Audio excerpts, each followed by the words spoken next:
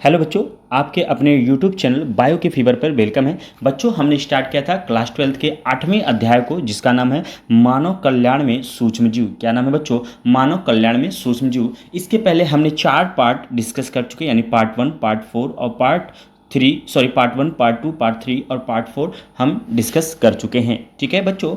ठीक है, तो आज हमारा जो होगा वो अगला पार्ट होगा।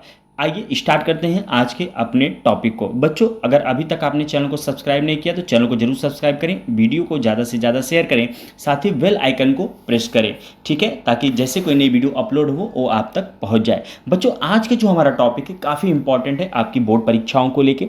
अगर आप बोर्ड परीक्षा की तैयारी से अभी में जुटे हैं तो ये क्वेश्चन आपके बोर्ड पेपर में पूछे जा सकते हैं, जो कि काफ़ी इंपॉर्टेंट है। तो आप इसको बहुत अच्छे से तैयार करिएगा, ये इंपॉर्टेंट क्वेश्चन की कैटेगरी में आते हैं।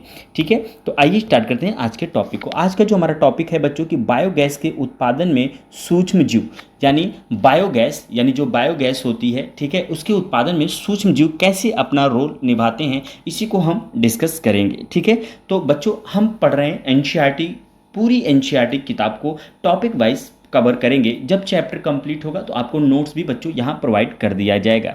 ठीक है, चलिए स्टार्ट करते हैं टॉपिक को। देखिए, आपने पढ़ा है क्या कि बायोगैस एक प्रकार से गैसों का मिश्रण है जिसमें मुख्यतः मीथेन शामिल है। मीथेन का मतलब CH4 को हम मीथेन गैस कहते हैं, ध्यान रखिएगा। ठीक है, बायोगैस एक प्रकार से गैसों का मिक्सचर है जिसमें मुख्यतः कौन सी गैस है बच्चों? ध्यान रखिएगा, उसमें मीथेन शामिल है, जो सूक्ष्मजीवी सक्रियता द्वारा उत्पन्न होती है। यानी इसमें जो होगा, जो बायोगैस यानी मीथेन गैस होती है, बायोगैस होती है, ये सूक्ष्मजीवों की एक्टिविटी द्वारा उत्पन्न होती है। आप पढ़ चुके हैं कि वृद्धि तथा उपापचयन के दौरान सूक्ष्मजीव विभिन्न किस्मों के गैसीय अंतिम उत्पाद उत्पन्न करते हैं। ठीक है, जैसे आपने चीज़ पढ़ा था, देखिए उसमें कार्बन डाइऑक्साइड CO2 गैस निकल रहा था।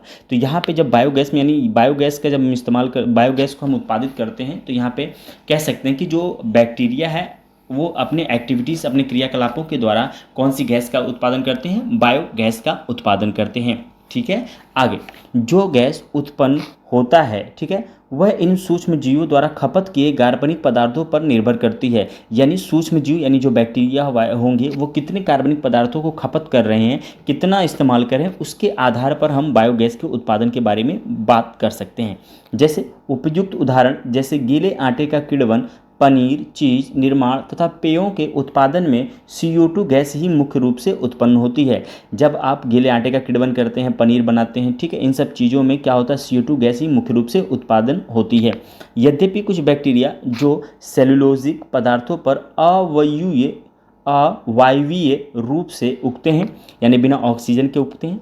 वायवीय होगा तो मतलब O2 उपस्थित होगा, और अवायवीय होगा तो मतलब ऑक्सीजन नहीं होगा। ठीक है, वह CO2 तथा H2 के साथ साथ बड़ी मात्रा में मीथेन भी उत्पन्न करते हैं। ठीक है, सामूहिक रूप से इन जीवाणुओं को मिथेनोजन कहते हैं। यानी जो मीथेन गैस उत्पन्न करते हैं, ऐसे सूक्ष्म जीवों का नाम क्या है बच्चों? जीवाणुओं का मिथेनोजन। ठीक है, इनमें सामान्य जीवाणु मिथेनोबैक्टीरियम है। ये बैक्टीरिया जीवाणु सामान्यतः अवायवीय, यानी बिना ऑक्सीजन के, ठीक है, गाढ़े कीचड़ में पाया जाता है, जिसका वर्णन वहित मल उपचार में पहले किया गया है। ठीक है, हम पहले भी जब हम सीवेज ट्रीटमेंट पढ़ रहे थे उसमें हमने इसके बारे में डिस्कस कर रखा है। ठीक है, अब ये जो मिथेनोबैक्टीरियम होता है, यानी मिथेनोजन होता है, ये कहाँ पाया जाता है?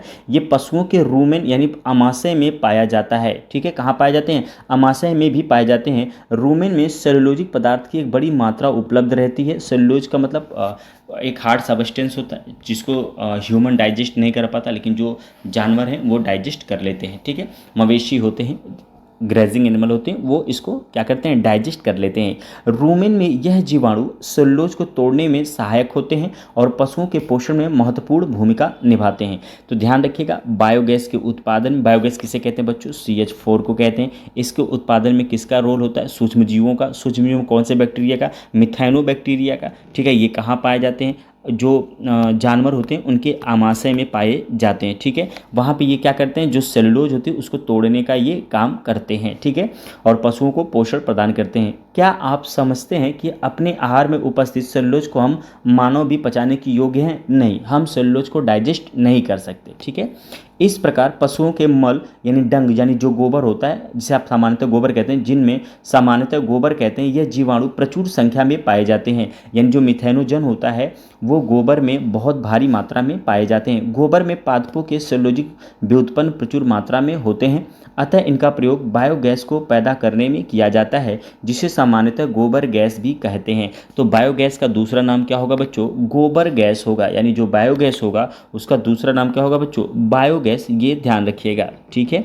अब आपके सामने कुछ डायग्राम है जिसे आप अच्छे से, बहुत अच्छे से क्लियरली अगर देखेंगे तो चीज़ें आपको समझ में आ जाएंगी, ठीक है। हम पढ़ रहे हैं बच्चों बायोगैस के उत्पादन में सूक्ष्म जीवों का योगदान। ये देखिए डायग्राम, एनसीईआरटी डायग्राम है, बहुत ही इंपॉर्टेंट है, ठीक है। इसको हम डिस्कस करते हैं। देखिए ये देखिए 10 से 15 मीटर क्या है लंबा एक डाइजेस्टर है। डाइजेस्टर का मतलब इसी में गोबर को हम पानी के घोल के साथ मिला देते हैं, ठीक है, और इसी डाइजेस्टर में ये आ जाता है, जहाँ पे अवयवी रिएक्शन होती है, जिससे बैक्टीरिया एक्टिविटी करके, यहाँ पे बैक्टीरिया क्या करते हैं, ठीक है, यहाँ से बैक्टीरिया एक्टिविटी करके CH4 और कार्बन डाइऑक्साइड गैस को क्या करते हैं? प्रोड्यूस करते हैं, ठीक है। और इसके बाद जो स्लज होता है वो यहाँ पे निकल आता है। स्लज मतलब जो बचा हुआ प्रोडक्ट होता है, और साथ में जो प्राप्त हमें गैस होती है वो गैस यहाँ से बाहर निकल जाती है। तो ये एक संयंत्र है बायोगैस का, ध्यान रखिएगा। इसमें एक डाइजेस्टर होता है, डाइजेस्टर से एक कूप निकला होता है जिसमें गोबर और जल हम मिला देते हैं, साथ में इससे एक स्लज बाहर की तरफ होता है जहाँ पे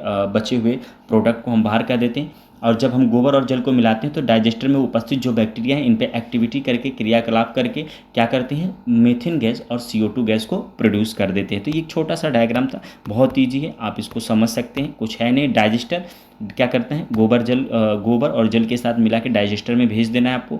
डाइजेस्टर में जाने के बाद यहाँ पे बैक्टीरिया क्या करेंगे? इसको तोड़ेंगे, जिससे हमें CH4 मीथेन गैस और कार्बन डाइऑक्साइड गैस प्राप्त हो जाती है, ठीक है बच्चों। बहुत ही ईजी है, आप इसको आसानी से पढ़ सकते हैं, ठीक है।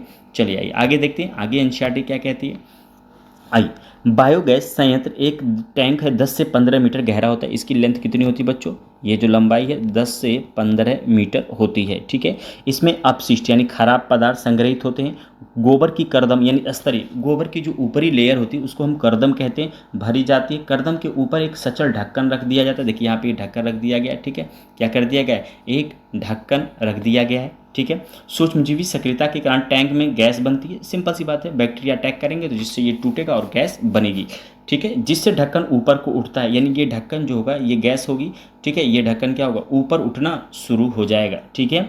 बायोगैस संयंत्र में एक निकास होता है। बायोगैस संयंत्र में क्या होता है बच्चों? एक निकास होता है जो पाइप से जुड़ा होता है। ये देखिए निकास है, ये पाइप से जुड़ा हुआ है, ठीक है। यहीं से गैस कहाँ जाती है? बाहर जाती है। इसी पाइप की सहायता से आसपास के घरों में बायोगैस की आपूर्ति की जाती है। उपयोग की गई करदम दूसरे निकास द्वारा बाहर निकाल दी जाती है, ठीक है। आप देख सकते हैं यहाँ पे जब इस्तेमाल हो जाएगा तो जो दूसरी करदम होगी वो क्या होगी? यहाँ पे बाहर निकाल दी जाएगी, ठीक है। यहाँ पे गोबर जल डाला जाएगा, डाइजेस्टर में जाएगा, यहाँ पे बैक्टीरिया अटैक करेंगे तो जिससे CH4 और CO2 गैस बनेगी। गैस बनने के बाद ये जो ढक्कन होगा ये ऊपर की तरफ उठेगा, और जब गैस बन जाएगी तो इस पाइपलाइन के द्वारा बाहर लोगों के घरों में पहुँचा दिया जाता है। अब बचा हुआ जो प्रोडक्ट होगा एक कंटेनर जिसे स्लज कहते हैं वो यहाँ पे स्टोर हो जाता है, ठीक है। आइए आगे देखते हैं बच्चों क्या कहता है, ठीक है। यहाँ पे आप देख सकते हैं, ठीक है, थोड़ी सी डिस्टर्बेंस हो रहा है, चलिए आइए, कोई नहीं, चलिए, थोड़ा बहुत होता रहता है। देखिए यहाँ पे आप चीज़ों को बहुत अच्छे से समझेंगे, ठीक है। कैसे समझेंगे? बहुत अच्छे डिटेल में आप यहाँ पे चीज़ों को क्या करेंगे? समझेंगे, ठीक है। देखिए सचल ढक्कन यहाँ पे हमने देखा बायोगैस की आपूर्ति की जाती है। उपयोग की गई करदम निकास द्वार से निकाल दी जाती है। इसका प्रयोग उर्वरक यानी खाद के रूप में किया जाता है। गोबर ग्रामीण क्षेत्रों में बड़ी मात्रा में मिलता है। आप देख सकते हैं कि गांव में जानवर बहुत ज़्यादा रहते हैं, जिस वजह से वहाँ पे आपको गोबर की कमी महसूस नहीं होगी, ठीक है। यानी आपको गोबर जो होगा बच्चों वो भरपूर मात्रा में उपलब्ध होगा, ठीक है, क्योंकि वहाँ पे जो पशुएं बहुत ही अच्छी बड़ी मात्रा में क्या होते हैं? पाले जाते हैं। तो देखिए पशुओं को पाला जाता है गांव में, यही कारण है कि ग्रामीण क्षेत्रों में बायोगैस संयंत्र यानी प्लांटों को अधिक बनाया जाता है। उत्पन्न बायोगैस का प्रयोग खाना बनाने तथा प्रकाश पैदा करने में किया जाता है। बायोगैस आपने ऊपर चित्र देख लिया। भारत में बायोगैस उत्पादन की प्रौद्योगिकी यानी बायोटेक्नोलॉजी का विकास मुख्यतः भारतीय कृषि अनुसंधान संस्थान तथा खादी एवं ग्रामीण उद्योग आयोग के प्रयासों के परिणाम स्वरूप हुआ है। तो याद रखिएगा कि बायोगैस का जो निर्माण हुआ है भारत में भारतीय कृषि अनुसंधान संस्थान और खादी एवं ग्रामीण उद्योग आयोग के प्रयासों के परिणाम स्वरूप हुआ है। यदि आपका विद्यालय किसी गांव अथवा आसपास स्थित हो, इसका पता लगाकर आप बायोगैस को देखने जाएं और इसी लगे प्रबंधन में जुड़े लोगों से मिले। यानी आपको कह रहा है कि अगर आपके आसपास कोई बायो संयंत्र हो, ठीक है, तो वहाँ पे जाइए, लोगों से विजिट करिए, ठीक है, और देखिए कि चीज़ें कैसी हैं कैसी नहीं हैं। तो आई होप आपको ये वीडियो बड़ी अच्छी लगी होगी, बहुत अच्छी सी पसंद आई होगी, ठीक है। तो चैनल को सब्सक्राइब जरूर करिएगा, वीडियो को शेयर करिएगा। मिलते हैं बच्चों हम अगले नेक्स्ट पार्ट में।